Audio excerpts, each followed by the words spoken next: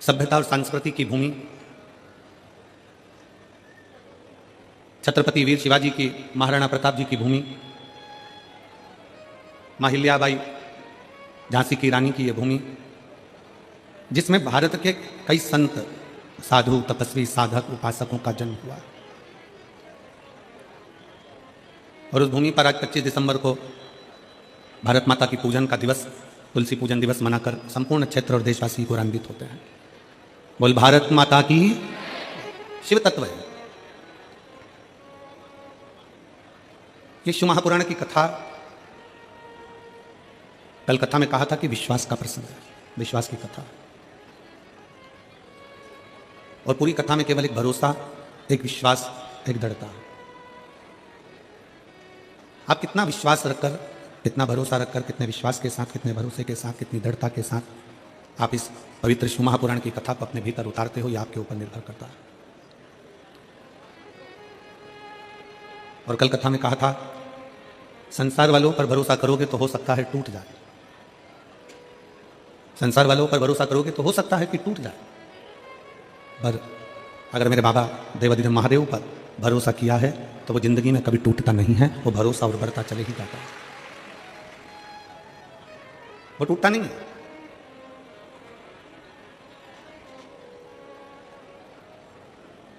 काशी प्रदेश में एक संत हुए शिव योगी।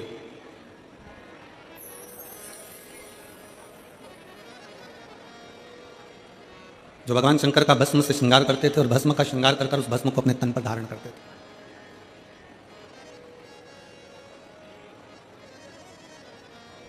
शिव पर चढ़ी गई भस्म, शिव पर चढ़ाया गया जल, शिव पर चढ़ाई गई बेलपत्र, शिव पर चढ़ाया गया एक अक्षत, शिव पर चढ़ाया गया चंदन, अबीर, गुलाल, शिव पर चढ़ाया गया पंचामृत, शिव पर चढ़ाया गया गाय का दूध।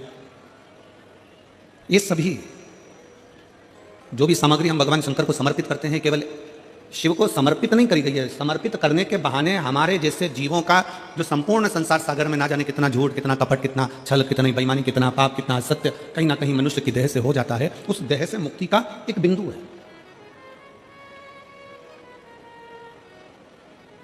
और बड़े ध्यान से सुनिएगा, आप अगर शंकर जी को जल चढ़ा रहे हो, एक लोटा जल भगवान शिव को समर्पित कर रहे हो, तो यह ना सोचिए कि शंकर को आपके जल की जरूरत है। उसके ऊपर तो वैसी गंगा है, 24 घंटे बह रही है, उसको तुम्हारे जल की जरूरत नहीं है।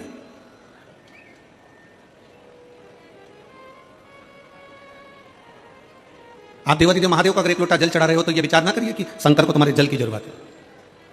शिव जी को अगर एक बेलपत्र चढ़ा रहे हो तो यह विचार ना करिए कि शंकर जी को तुम्हारे बेलपत्र की जरूरत है। उसके पास में जगदम्बा, जगद्धात्री, दुर्गा, भवानी माता पार्वती विराजमान है, जो स्वयं बेलपत्र का एक स्वरूप है, आद्य शक्ति है।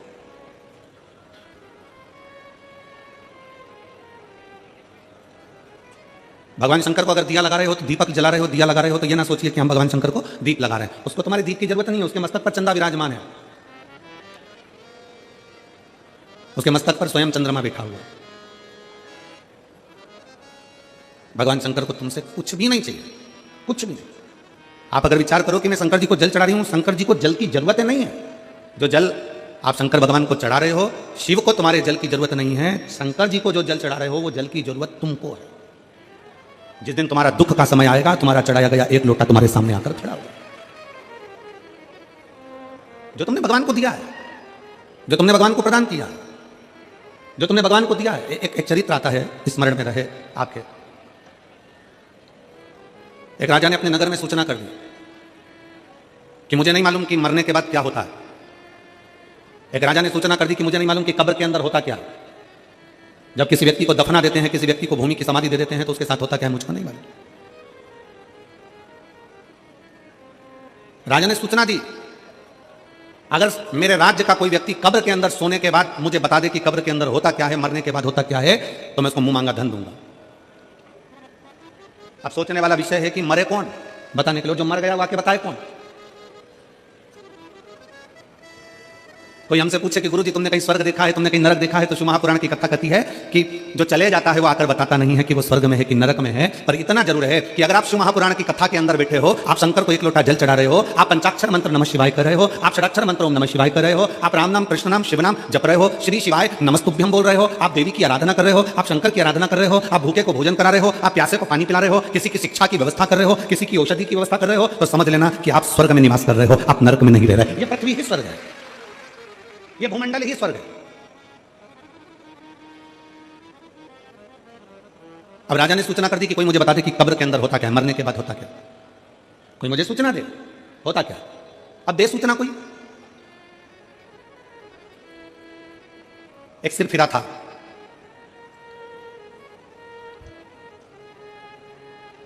बहुत कंजूस था। उसके मन में आया कि राजा ने सूचना दी है कि कब्र के अंदर होता क्या है, मरने के बाद होता क्या है, बताना। और मुंह मांगा इनाम दिया जाएगा, मुंह मांगा धन दिया जाएगा। ठीक है। उस व्यक्ति ने, कंजूस ने विचार करा कि मैं अगर अंदर कब्र में चले जाऊंगा, सो जाऊंगा, 20-25 मिनट की बात है, राजा ने तो 15 मिनट दिए हैं, मैं 20 मिनट अगर कब्र के अंदर मिट्टी में दब के सो भी जाऊंगा तो आकर बता दूंगा कि क्या होता। ठीक है। उस व्यक्ति ने राजा के पास जाकर कह दिया कि मैं कब्र के अंदर जाने को तैयार हूं, मैं मरने को तैयार हूं, मैं बताने को तैयार। राजा ने कहा ठीक है, तैयारी करो। कब्र खोदी गई, उस व्यक्ति को लेकर आ रहे थे, पीछे उसके एक भिखारी पड़ गया, भैया थोड़ा सा दान दे दो ना, भैया तुम मरने जा रहे हो, तुम कब्र में सोने जा रहे हो, ए भैया थोड़ा सा दान दे दो ना। भिखारी कहे भैया भिक्षा दे दो ना, भैया मेरे कटोरे में कुछ डाल दो ना, भैया कुछ दे दो ना। अब वो भिखारी तो सोच रहा था कि मैं वापिस आऊंगा और सोने की रकम मिलेगी, बस।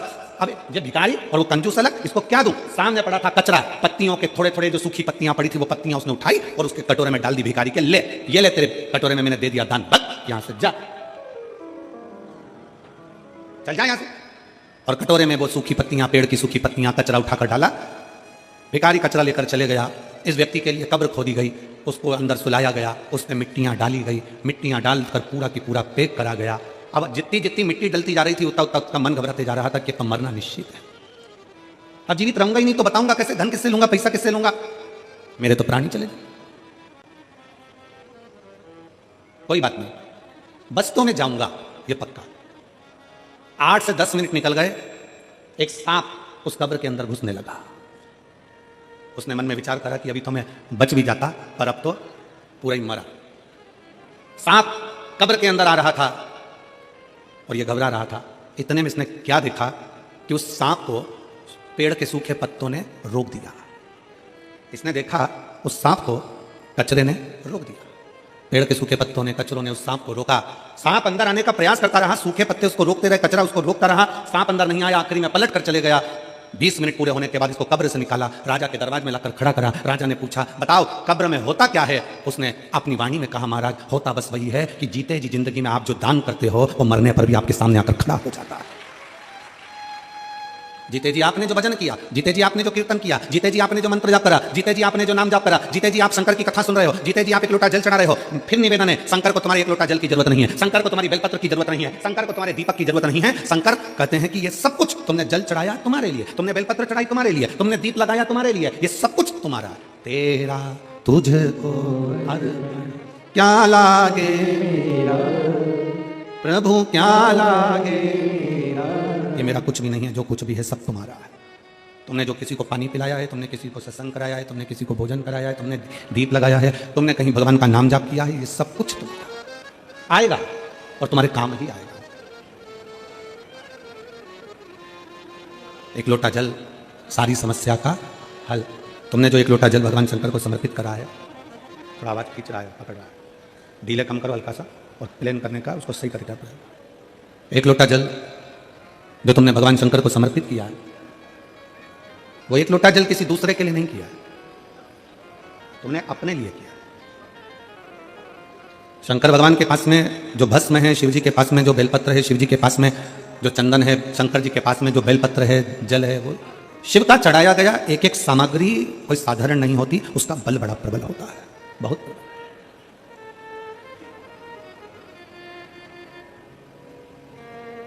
कल हमने कथा में कहा था, आप लोगों ने श्रवण किया था कि शिव जी पर जब हम जल समर्पित कर कर उसका पान करते हैं, उस जल को पीते हैं, तो वो जल जल नहीं देता, वो अमृत बन जाता है, औषधि बन जाता है, हमारे शरीर के लिए वो सुख प्रदान करने वाला बन जाता है, श्रेष्ठता देने वाला बन जाता है। वो जल साधारण नहीं रह पाता। एक बड़ी सुंदर सी कथा आती है कि भगवान का चढ़ा हुआ सामग्री भगवान शंकर पर या माता पार्वती पर स्पर्श करी हुई सामग्री भी करोड़ों का सुख दे जाती है।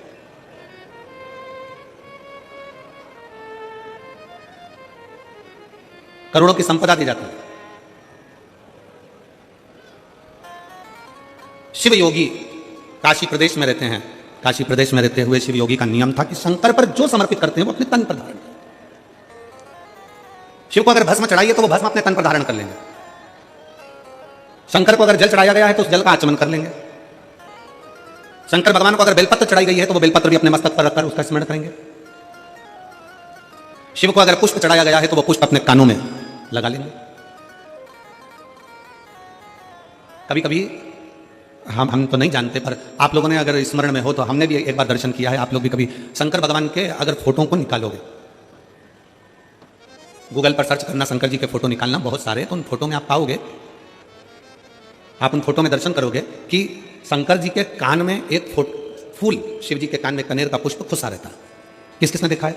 किसी फोटो में आप लोगों ने दर्शन करा होगा कि शिव जी के कान में एक पुष्प यहां लगा रहता है।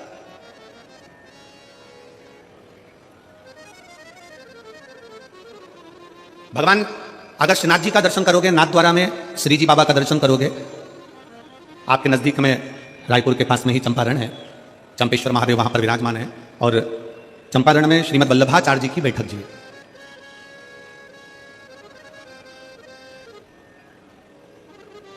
जिन्होंने पुष्टि मार्ग को प्रगटाया, ठाकुर जी के चरणों की सेवा सिखाई। और श्रीनाथ जी का अगर दर्शन करते हो, श्री जी बाबा का अगर दर्शन करते हो, गोवर्धन नाथ जी का अगर दर्शन करते हो, तुम्हारे घर में अगर श्रीनाथ जी का कोई फोटो है, गोवर्धन नाथ जी का अगर कोई फोटो है, श्री जी बाबा का अगर कोई फोटो है, तो उस फोटो में आप दर्शन करेंगे कि श्रीनाथ जी का जो हस्तकमल ऊपर है, उस हस्तकमल पर एक पुष्प रखा हुआ। एक पुष्प श्रीनाथ जी के हस्तकमल पर है, एक पुष्प शंकर जी के कर्ण पर। दोनों पुष्प साधारण नहीं है। श्री जी बाबा के हस्तकमल पर जो पुष्प है वो जमुना दास जी ने दिया था। वो पुष्प मेरे गोवर्धन नाथ जी के श्रीनाथ जी के हाथ पर आज भी रखा हुआ। वो पुष्प साधारण नहीं है जो भगवान श्रीनाथ जी ने अपने हस्त पर लिया, और वो पुष्प भी साधारण नहीं है जो भगवान शंकर के कानों पर रखा हुआ है। जमुना दास जी ऐसे संत जिन्होंने ठाकुर जी के इतने प्रिय कि ठाकुर जी के लिए रोज नई नई माला तैयार करते थे, रोज नया नया श्रृंगार तैयार करते थे। भगवान गोवर्धन नाथ जी के लिए, श्रीनाथ जी के लिए रोज नया नया श्रृंगार बनाते थे। एक दिन जमुना दास जी ने एक दलिया में पुष्प देखा तो उन्होंने फूल वाले से कहा, पुष्प वाले से बोला, भैया ये फूल मुझे दे दो। जमुना दास जी, फूल की कीमत 1 रुपया है। जमुना दास जी ने कहा, ठीक है, ये फूल 1 रुपये लो और तुम मुझे दे दो। 1 रुपया लीजिए और पुष्प मुझे दे दीजिए। वहीं से नगर का राजा निकल कर जा रहा था जिसका नाम था यवनराज, और यवनराज ने देखा कि डलिया में बड़ा सुंदर फूल है। जमुना दास जी ठाकुर जी की हवेली जी जा रहे हैं, भगवान का दर्शन करने जा रहे हैं, तो फूल लेकर जाना चाहते हैं। और यवनराज एक वेश्या के यहाँ जा रहा था तो उसने देखा कि फूल बड़ा सुंदर है, वेश्या के सिर पर लगाऊंगा, जुड़े में सजाऊंगा, वेश्या बड़ी सुंदर लगेगी, खुश हो जाएगी। उसने रथ रोका, बग्गी रोकी और रोककर कहा, ए फूल वाले, फूल कितने का? फूल वाले ने कहा, फूल 2 रुपए का।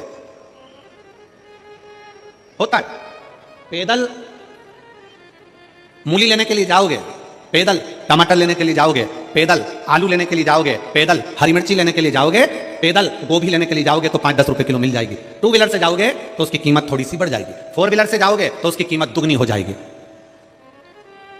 कीमत गाड़ी की। पैदल गए 10 रुपए किलो मिल गई गोभी, 2 व्हीलर से गए 15 रुपए किलो मिल गई गोभी, 4 व्हीलर से गए 20 रुपए किलो मिल गई गोभी। जमुना दास जी 1 रुपए का फूल ले रहे थे, यवनराज ने आकर पूछा, कितने का फूल है? फूल की कीमत बढ़ गई, 2 रुपए का। जमुना दास जी हाथ जोड़कर बोले यवनराज से, महाराज आप तो नगर के राजा हो, आप दूसरा फूल ले सकते हो। मैंने तो ये फूल ठाकुर जी के लिए ले लिया, अपने मन से मैंने ठाकुर जी को चढ़ा दिया, अपने मन से मैंने श्री जी बाबा को समर्पित कर दिया, अपने मन से मैंने भगवान को दे दिया, ये फूल मुझे ले लेने दो। यवनराज ने कहा, जमुना दास फूल मैं लूंगा और वेश्या के जुड़े में जाएगा। जमुना दास जी ने कहा, ये फूल तो मैंने अपने मन से मेरे गोवर्धन नाथ जी को, मेरे कृष्ण को, मेरे श्री जी बाबा को मैंने समर्पित कर दिया, अब तो फूल मैं ही लूंगा। यवनराज ने कहा, जमुना दास समझ जा, तू मुझसे कह रहा है कि फूल मैं लूंगा, फूल की कीमत मैं 2 रुपए देता हूं। फूल वाले ने कहा, ले लो। जमुना दास जी ने कहा, पहले तो फूल मैंने 1 रुपए में लिया था, माली कहता है 2 रुपए का है। जमुना दास जी ने कहा, फूल की कीमत 4 रुपए देता हूं, फूल मेरा है। यमनराज ने कहा, फूल की कीमत 8 रुपए देता हूं। जमुना दास जी ने कहा, फूल की कीमत 10 रुपए देता हूं। यमनराज ने कहा, फूल की कीमत 20 रुपए देता हूं, मैं नगर का राजा हूं, फूल मैं लेकर जाऊंगा। जमुना दास जी कहते हैं, फूल की कीमत में 40 रुपए देता हूं। यमनराज ने कहा, फूल की कीमत 50 रुपए देता हूं। यमनराज ने कहा, फूल की कीमत 100 रुपए देता हूं। यमनराज ने कहा, फूल की कीमत 1000 रुपए। जमुना दास जी कहते हैं, फूल की कीमत 10,000 रुपए। जमुना दास कहते हैं, फूल की कीमत 10,000 रुपए। यमनराज कहते हैं, फूल की कीमत 20,000 रुपए। जमुना दास जी कहते हैं, फूल की कीमत 50,000 रुपए। यमनराज 1 लाख रुपए फूल की कीमत बोलने वाले थे, पर यमनराज को लगा 1 लाख में तो 10 बेस्या घर पे ले आऊंगा। फूल को छोड़ो, जमुना दास ने अपना मकान बेचा, अपनी जमीन बेची, 50,000 का फूल खरीदकर ठाकुर जी के चरणों में, जैसे ही कृष्ण भगवान के चरणों में पहुंचे, जैसे ही ठाकुर जी के चरणों में पहुंचे और जमुना दास ने अपना फूल भगवान के चरणों में रखा, वैसे ही मेरे कृष्ण ने, मेरे गोवर्धन नाथ ने, श्री जी बाबा ने उस पुष्प को उठाकर अपने हस्त कमल पर रख लिया। आज भी जमुना दास जी का फूल श्री जी बाबा के हस्त कमल पर आज भी रहता है। आज भी आपके घर में अगर फोटो हो तो उसका दर्शन करिए, फोटो ना हो तो मोबाइल पर सर्च करके दर्शन करो कि श्रीनाथ जी की मूर्ति पर, श्रीनाथ जी की फोटो में, श्रीनाथ जी के स्वरूप में आज भी श्रीनाथ जी के हस्त कमल पर एक पुष्प रखा रहता है, वो जमुना दास जी का है। जमुना दास जी ने कहा, ठाकुर क्या मेरा ये पुष्प आपको पसंद नहीं आया? जमुना दास जी के शब्द सुनकर ठाकुर जी कहते हैं, जमुना दास तेरा पुष्प तो इतना पसंद आया कि मैं इसको जिंदगी भर अपने हाथ पर रखूंगा, जिंदगी भर अपने हस्त पर रखूंगा। क्या था इस पुष्प में? इस पुष्प में कीमत नहीं है, इस पुष्प में दिल है, भाव है। वो तो जमुना दास जी थे जो फूल की कीमत बढ़ा दिया। एक हम घर की मां कह देती है, सुन बेटा आज पंडित जी पूजन कराने आएंगे, आज शिवरात्रि है, माला लिया बाजार से। पति से कहा जाओ जरा माला लिया बाजार से। पति गए माला लेने के लिए। माला कितने की है? 50 रुपए की। इससे छोटी 30 रुपए की, इससे छोटी 10 रुपए की। यही उतार कर दे दो। भगवान के लिए लेकर आए 10 रुपए की। थोड़े दिन बाद पत्नी का करवा चौथ का व्रत आ गया। पत्नी ने कहा सुनो मेरे लिए वो सिर में बांधने का वो गजरा और जूड़ा लेकर आना। पति गया मार्केट में, फूल वाले के यहाँ, ये कितने का है? 40 रुपए का। इससे अच्छा बता 50 का, इससे अच्छा बता 150 का, इससे अच्छा बता 200 का। पत्नी के लिए लेकर आया तो अच्छे से अच्छा लाया, बच्चों के लिए लाया तो अच्छे से अच्छा लाया, और परमात्मा के लिए लाया तो सस्ते से सस्ता लाया। भगवान भी समझ जाते हैं, तेरी दृष्टि में मैं हल्का हो गया, मेरी दृष्टि में तू हल्का हो गया, मेरी दृष्टि में तू हल्का। भगवान कभी नहीं कहते कि मुझे बहुत सारा धन दो, भगवान कभी नहीं कहते कि मुझे बहुत सारी संपदा दो, भगवान कभी नहीं कहते कि मुझे ढेर सारी पूंजी दो। भगवान तो कहते हैं कि तू दिल से मुझे जो समर्पित कर रहा है वो मेरे लिए नहीं, तू तेरे लिए कर रहा है, तेरे लिए।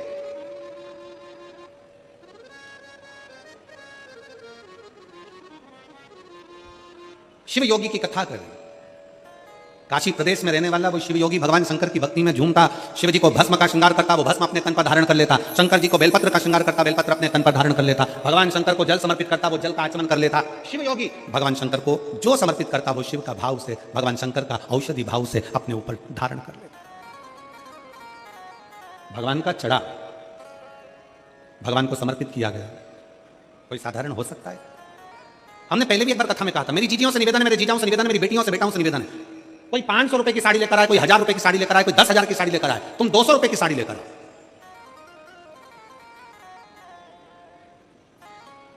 और किसी को मत बोलना कि ये साड़ी 200 रुपए की है, किसी को मत बोलो कि साड़ी 200 रुपए की है। वो साड़ी को तुम लाए, सबसे पहले उस साड़ी को उतारकर, उस साड़ी को उस पन्नी में से निकालकर, उस पॉलिथीन में से निकालकर, उस साड़ी को बैग में से निकालकर, सबसे पहले माता पार्वती जी को, जो घर में तुम्हारे देवी हो, कुल देवी हो, कुल देवता हो, शंकर जी का शिवलिंग हो, गणेश जी की मूर्ति हो, ठाकुर जी हो, लड्डू गोपाल हो, जो तुम्हारे घर में, उनको अपनी वो साड़ी लाकर एक बार उन पे चढ़ा दो, उनको छुआ दो। जब वो साड़ी उनको चढ़ा दोगे और वापिस लोगे तो वो क्या बन जाएगा? भगवान का प्रसाद। अब वो साड़ी नहीं रही, अब वो प्रसाद बन गई। चलो एक बात आपसे पूछें, भंडारे में गए हो कभी? अरे जम के तो बोलो जरा, आजकल छत्तीसगढ़ वाले कम बोलते हैं क्या? जम के तो बोलो जरा। भंडारे में गए हो, सब्जी खाई है, वो सब्जी तुम घर में बनाकर खाओगे तो वैसा स्वाद आएगा क्या? नहीं। भंडारे की पूड़ी में, भंडारे की सब्जी में, भंडारे के चावल में, भंडारे के दाल में। और हम तो जजमान जी से भी कहेंगे, कमल देवांगन जी से, देवांगन जी यहां भी कथा में भंडारा चला रहे हो तो एक निवेदन है, कभी आप भी 7 दिन में एक दिन उसका प्रसाद पाकर देखना, वो शंकर का अमृतमय प्रसाद होता है, वो भंडारा होता है, उसका भाव बड़ा शुद्ध। कभी मौका मिले तो एक आध बार गुरु नानक देव जी के गुरुद्वारे में लंगर में जाकर देखना। कभी मौका लग जाए एक बार गुरु नानक देव जी का कहीं गुरुद्वारा हो और उस गुरुद्वारा का लंगर का प्रसाद चख कर देखना, उस प्रसाद की महत्वता को जानोगे कि लंगर जो हम चखते हैं उसका क्या नाम। कभी मौका लग जाए किसी सदगुरु के दरवाजे पर जाकर उस प्रसाद को पाकर देखिए। कभी मौका लग जाए तो कुबेरेश्वर धाम पर आकर जो खिचड़ी बाबा की मिलती है उस खिचड़ी का प्रसाद पाकर देखिए। कभी मौका लग जाए तो किसी संत साधु गुरु जन तपस्वी जन साधा को पा सकते हैं, जाकर उस तप बल से पकी हुई प्रसाद को पाए, उसका स्वाद देखिए। साड़ी वही है, 200 रुपए की साड़ी है, किसी को मत बताओ कि 200 की है, बस उसको ले जाके भगवान को चढ़ा दो, प्रसाद बन जाए। अब वो प्रसाद बन गई तो वो कीमत वाली हो गई, वो प्रसाद बन गई तो उसमें स्वाद आ गया, वो प्रसाद बन गई तो भगवान का स्वाद हो गया। स्वाद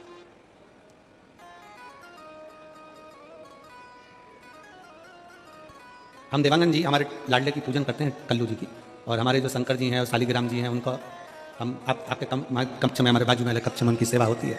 सुबह सुबह हम वहाँ पहुँच जाते हैं सेवा के लिए। तो जब भगवान को भोग लगता है और भगवान का जब स्नान आदि हो जाता है, भोलेनाथ जी का पूजन हो जाता है और भाभी जी वगैरह वो फ्रूट्स थोड़ा सा फल और दूध वगैरह भेजती हैं, तो वो हम भोग लगाकर वापिस उसको बाहर भेजते हैं। उसका थोड़ा सा प्रसाद आप पहले भगवान के पास ना आए उससे पहले उसको रख कर देखो और उसको खाकर देखो। और जो शंकर जी की हम पूजन करें तो बाबा की या किसी मंदिर में पूजन होती है, वो मंदिर का प्रसाद जब अंदर से बाहर आता है और प्रसाद को पाकर देखोगे तो उसका स्वाद अपने आप बढ़ जाता है, क्योंकि वो प्रसाद हो जाता है। वो प्रसाद सत्यनारायण भगवान की कथा करवाओ, आटे की पंजेरी बनाओ, पंजेरी को अलग रख दो और एक कटोरी पंजेरी सत्यनारायण जी के सामने रख दो। जो अलग रखी है उसमें स्वाद नहीं आएगा, जो सत्यनारायण जी के सामने रखी है उसका स्वाद बढ़ जाएगा, क्योंकि वो प्रसाद है। प्रसाद 200 रुपए की एक प्रैक्टिकल जरूर करो। किसी और वाला हमारा झूठ तो नहीं बोल रहा, प्रैक्टिकल करते रहना चाहिए। प्रैक्टिकल बिल्कुल करो, प्रैक्टिकल जरूर करो। 200 रुपए की साड़ी लो, भगवान को चढ़ा दो, प्रसाद हो गई। फिर उसको पहनो, पहनकर बाहर शादी में पार्टी में तुम्हें जहां जाना हो वहां जाओ। आपको लोग पलट कर कहेंगे अच्छी दिख रही है, बहुत महंगी है, कीमत भगवान को चढ़ाने से हो गई है। अच्छी दिख रही है, बहुत महंगी है, बहुत महंगी।